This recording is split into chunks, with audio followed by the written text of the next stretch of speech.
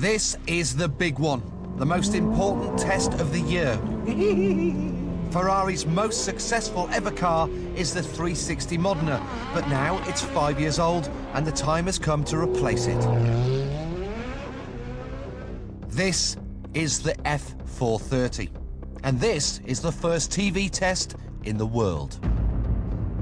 At around £110,000, this is Ferrari's starter model, albeit a starter model that's more powerful and, would you believe it, able to out-accelerate an F40. There's a new engine, a new chassis and new aerodynamics. Even the wing mirror arms are designed to direct air to the intakes. There's a new interior and a new trick electronic differential controlled by a magic button, but the story starts with this one.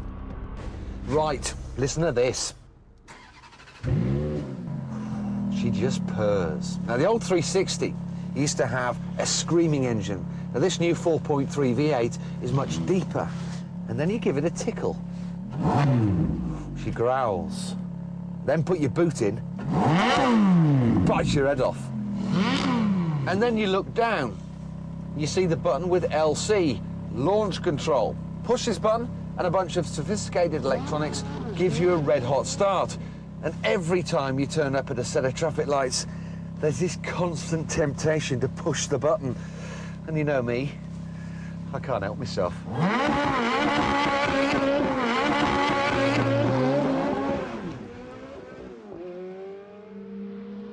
Driving a car like this is a real privilege, and the best way of sharing it is by the bird's eye view. Everywhere you look in the cabin, there are signatures that stir the blood. Look dead ahead and you see a huge rev counter which goes all the way to 9,000. Look in the rearview mirror and you can see what's singing. Then take a look outside and you see the huge scoops that feed the engine cold air to increase its power. And then the best bit, look to your right and you see a beautiful woman. Fancy a pizza? Now, I've been lucky enough to drive all of the Ferrari range this year, and this is the one that excites me the most. It's just, wow, it's saucy. The best bit about this new 430 is the engine. It's so, whoops, hello, so responsive. It's just instantaneous. When you touch the throttle, you've got as much power and more than you could ever need. I mean, look at this, 4,000 revs. Just never stops pulling. And it's clean and smooth all the way up to the red line. Now, you can get a manual gearbox. We've got the F1. They are getting better all the time. And it's getting to the point now where I'd actually consider getting one of these. The upshifts are quick, and also if you help the downshift by blipping, like that, then they're smooth. The feature that Ferrari are proudest of is their Manettino, slang for little switch. Similar to the buttons in Formula 1 cars, it lets you select one of 5 settings for the traction control and electronic differential.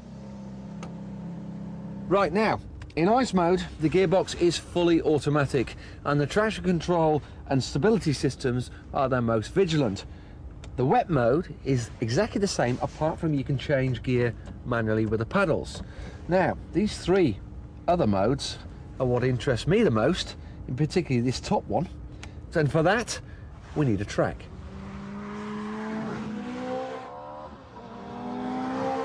The Fiorano circuit may have been soaking wet, but the lack of grip was perfect for testing the effects of the different settings. Sport mode is the standard setting. It allows just a small slide before killing the power. It will stop an absolute novice from getting in a pickle. In race mode, the traction control is more lenient and only intervenes if it feels you're going to lose control. Otherwise, it lets you get away with plenty of showboating.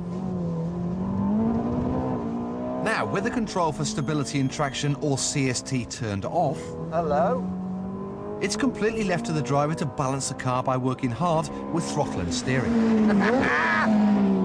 Compare the 3 modes on the same corner and you can see how the standard sport setting is obviously slowest, but the middle race mode is only marginally slower than when you turn everything off. It's this race setting that I think is the key to the F430 being truly great. In the old 360, a punter could get within about 10 seconds of a Ferrari test driver's lap time, but in the F430, a punter using race mode could get within 5 seconds. You can really get after it safe in the knowledge the gadgets will save you before you run out of talent.